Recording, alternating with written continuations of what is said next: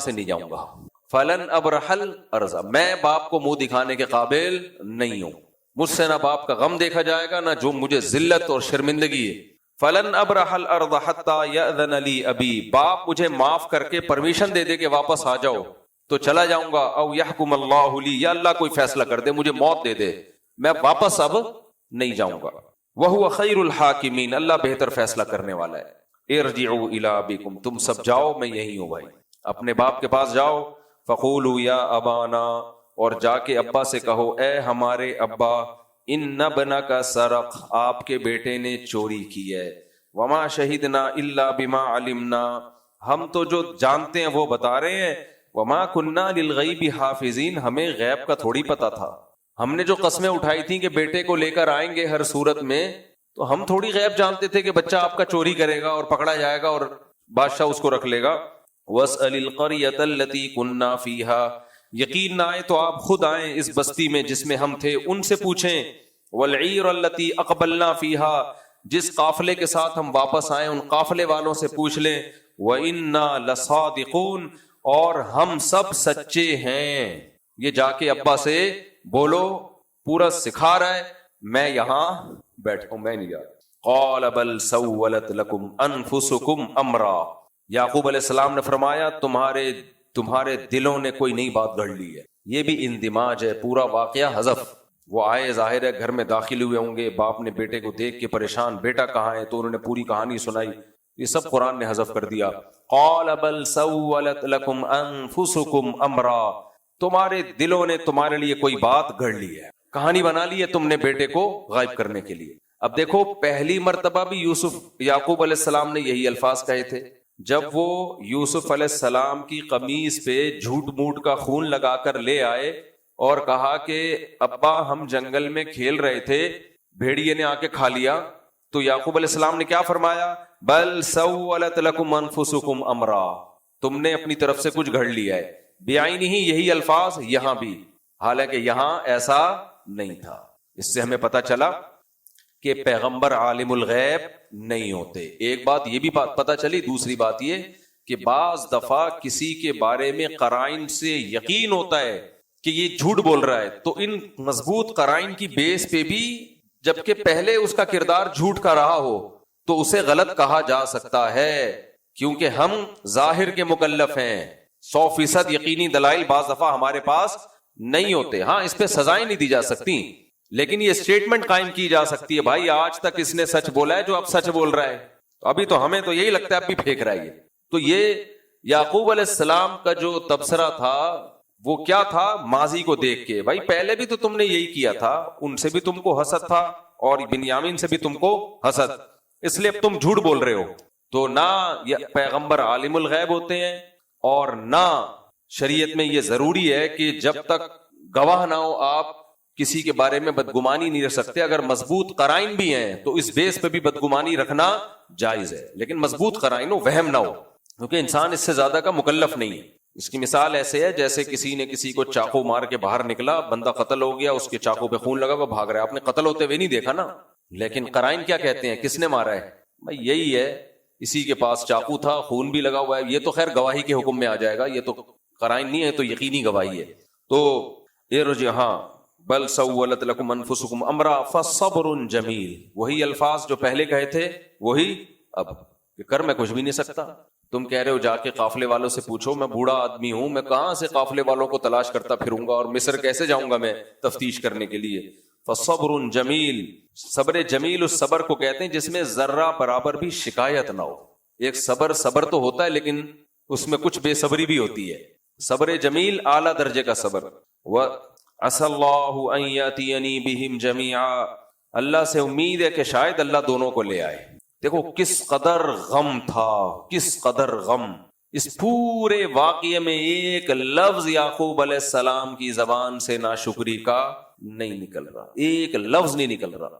اور مزید غم پہنچائے پھر امید کی باتیں. عسى اللہ، امید ہے اللہ سے، شاید اللہ تعالیٰ، ان یاتینی بہم جمیعا، دونوں کو لے آئے. تو پہلے والے کو بھی بھیڑیا نے نہیں کھایا ہوگا. انہ هو العلیم الحکیم، وہ جاننے والا ہے اور حکمت والا ہے، وہ جانتا ہے کس کے ساتھ کیا معاملہ کرنا ہے. اور حکمت والا ہے, اس کی آزمائشوں میں کوئی حکمت ہوتی ہے, ہم نہیں سمجھتے. آج ایتھیس اور ملحد لوگ نا ہر چیز کی دلیل پوچھتے ہیں کہ خدا نے ایسا کیوں کیا, اس کی کیا حکمت ہے, خدا نے ایسا کیوں کیا. بھائی اگر ہم سب کو سب کچھ بتا کے اللہ کرے تو وہ خدا تھوڑی ہوا, وہ تو معاذ اللہ نقل کفر کوئی سیاسی لیڈر ہو گیا. سیاسی لیڈر جب بھی کوئی کام کرتے ہیں تو بتا رہے ہوتے ہیں ہم نے جو ہسپتال کھولا ایکچولی اس لیے کھولا ہے کہ یہاں یہ مسئلہ تھا, ہم جو ہے وہ ریلیف اس لیے نہیں دے رہے کہ بجٹ نہیں ہے وغیرہ وغیرہ. تو خدا کا مطلب کیا ہے؟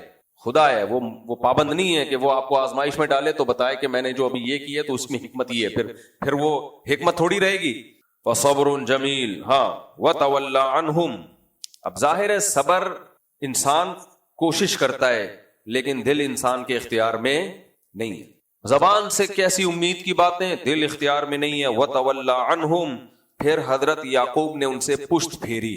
وقال یا اسفا علی یوسف, پھر زبان سے یوسف علیہ السلام کی یاد میں ایک جملہ نکلا, ہائے افسوس یوسف پر, افسوس یوسف پر. وَبِيَضَّتْ عَيْنَاهُ مِنَ الْحُزْنِ, غم کی وجہ سے آپ کی بینائی چلی گئی, کیونکہ اتنے ٹینشن میں اتنی زندگی گزری نا اس غم میں, اور روتے رہے یاد کر کر کے. تو وَبِيَضَّتْ عَيْنَاهُ مِنَ الْحُزْنِ فَهُوَ كَظِيمٌ, اور آپ گھٹ رہے تھے جیسے غم انسان غم کا پیالہ پی رہا ہو.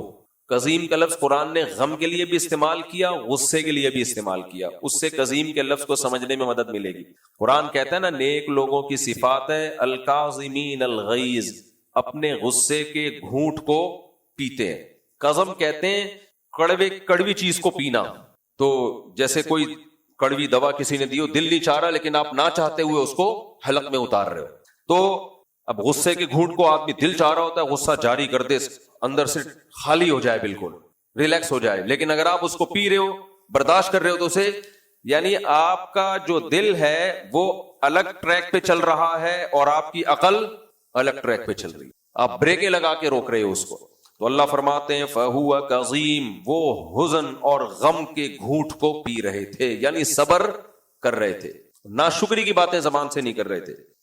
قالوا تاللہ تفتأ تذکر یوسف, اب اتنے عرصے کے بعد جب اپنے باپ کی زبان سے یوسف کا نام سنا تو سب رشتے جو بھی آپ کے بیٹے بیٹیاں بہویں جامع جو بھی خاندان کے لوگ تھے وہ مل کے کہنے لگے اللہ کی قسم آپ یوسف کو ابھی تک یاد کرتے رہو گے, حتی تکون حرضا او تکون من الہالکین, آپ ہلاک نہ ہو جاؤ, آپ کی موت نہ واقع ہو جائے اس غم میں. قال انما اشکو بثی وحزنی الی اللہ, فرمایا میں اپنا غم اللہ کے سامنے بیان کرتا ہوں, میں لوگوں کے سامنے بیان نہیں کرتا. دیکھو اپنا غم لوگوں کے سامنے بیان کرنا بھی جائز ہے, کوئی گناہ نہیں ہے. اگر آپ بہت غمزدہ ہیں اور آپ کا خیال یہ ہے کہ کسی کے ساتھ اپنا غم شیئر کر کے دل ہلکا ہو جائے گا تو یہ بے صبری کی بات نہیں ہے.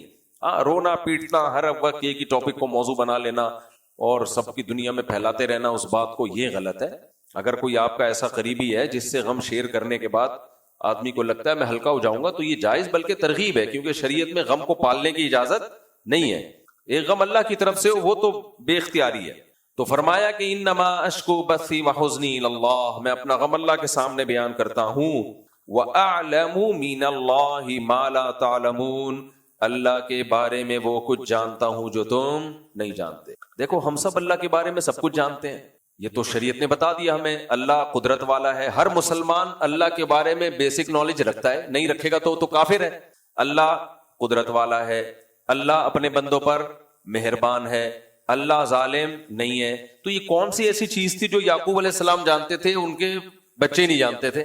اس کو کہتے ہیں معرفت. ہمیں اللہ کے بارے میں پتا ہے کہ اللہ قدرت والا ہے, اپنے بندوں سے محبت کرتا ہے, لیکن اس کا استحضار کہ کیسے محبت کرتا ہے, اس کے بندوں کو نوازنے کے طریقے کیا کیا ہوتے ہیں, اس کا علم یہ سیکھے بغیر نہیں آتا, اور یہ اللہ والوں کی صحبت کے بغیر نہیں آتا کہ غموں میں یہ تسلی حاصل ہو کہ اس غم میں یہ میرے فائدے کے لیے, یہ مجھے آزمایا جا رہا ہے.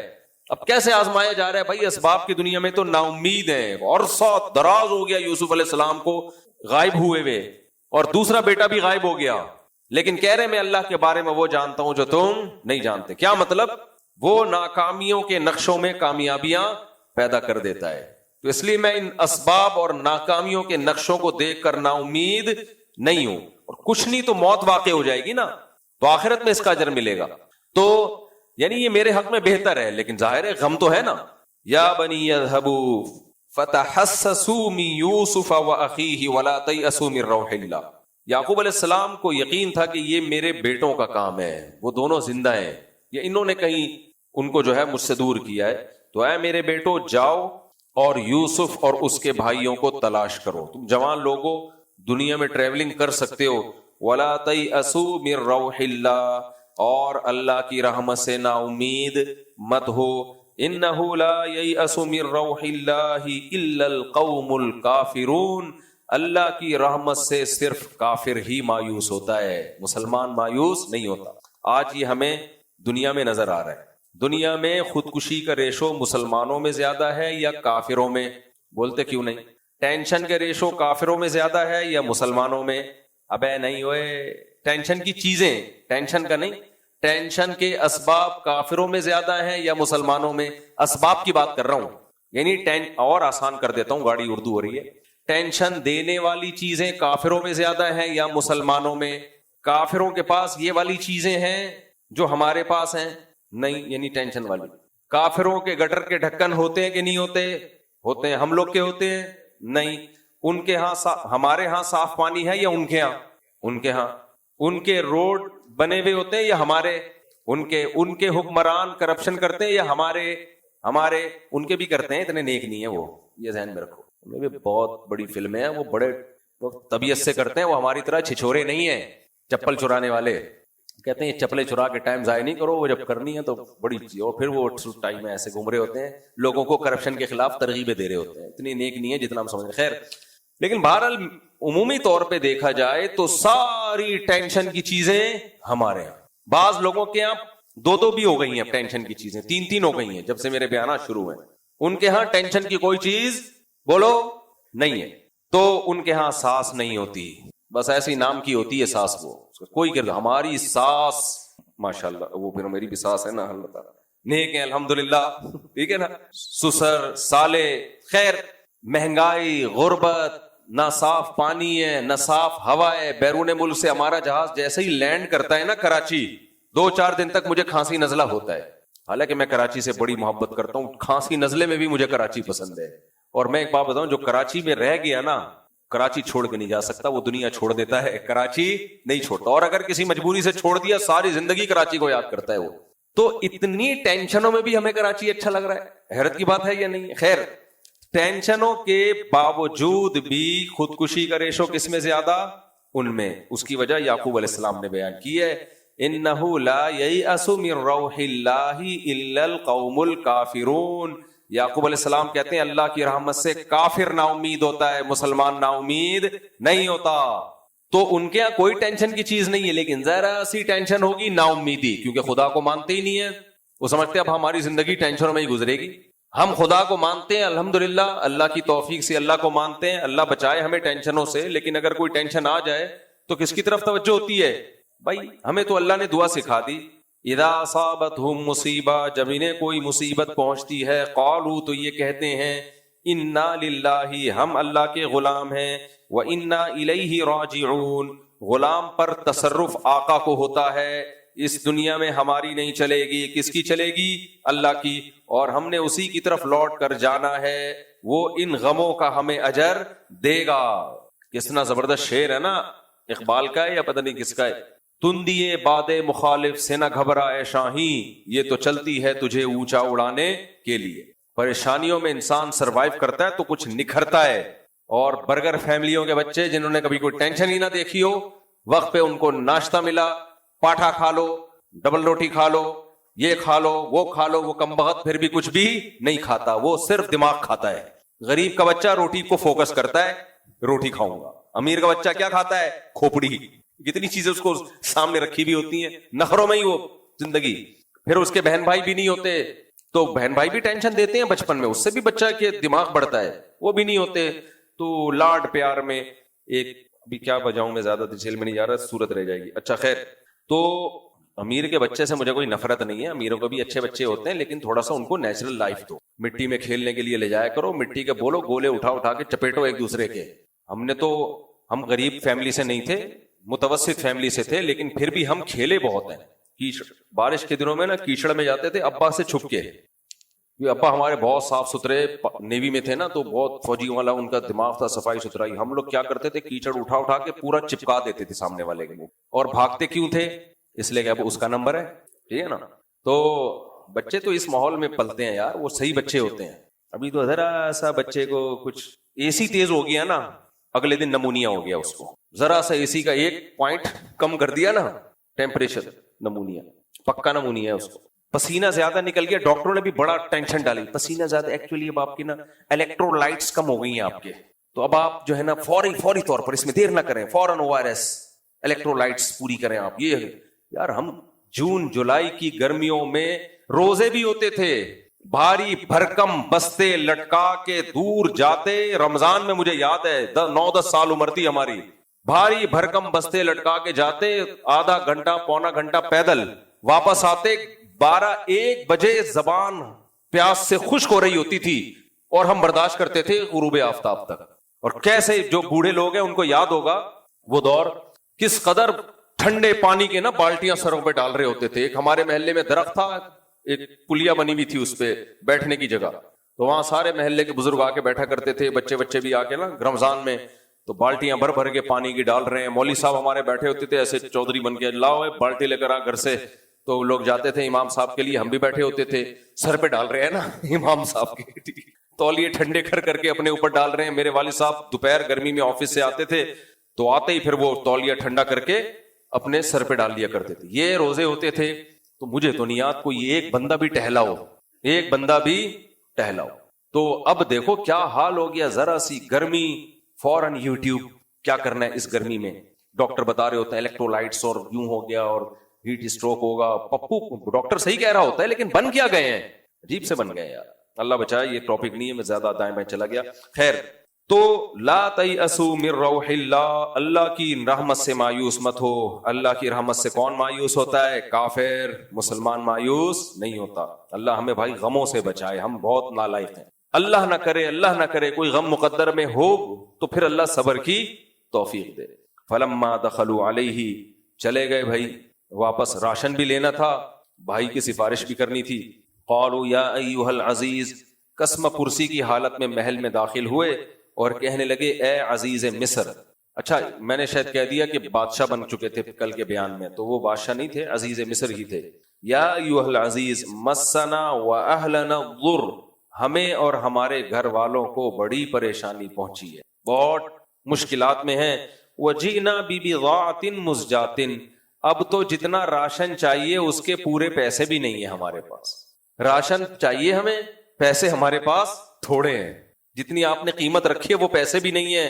فَأَوْفِ لَنَا الْكَيْلَ وَتَصَدَّقْ عَلَيْنَا, آپ ہمیں راشن پورا دے دیں. ان کو یہ ڈر تھا کہ اب جائیں گے نا تو راشن کی بھی آدھی بوریاں, ابا کہیں گے بچے بھی گئے اور کھانے پینے سے بھی گئے, راشن بھی نہیں لے کر آئے. تو فَأَوْفِ لَنَا الْكَيْلَ وَتَصَدَّقْ عَلَيْنَا, آپ ہم پہ صدقہ کر دیں.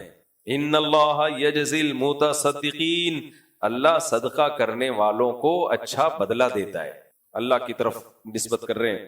جب یوسف علیہ السلام نے ان کی یہ حالت دیکھی نا قسم پرسی کی, قال هل علمتم ما فعلتم بیوسف واخیہ اذ انتم جاہلون, یوسف علیہ السلام نے کہا تمہیں معلوم ہے تم نے اپنے بھائی یوسف اور بنیامین کے ساتھ کیا کیا ہے جب تم جہالت پہ اترے ہوئے تھے.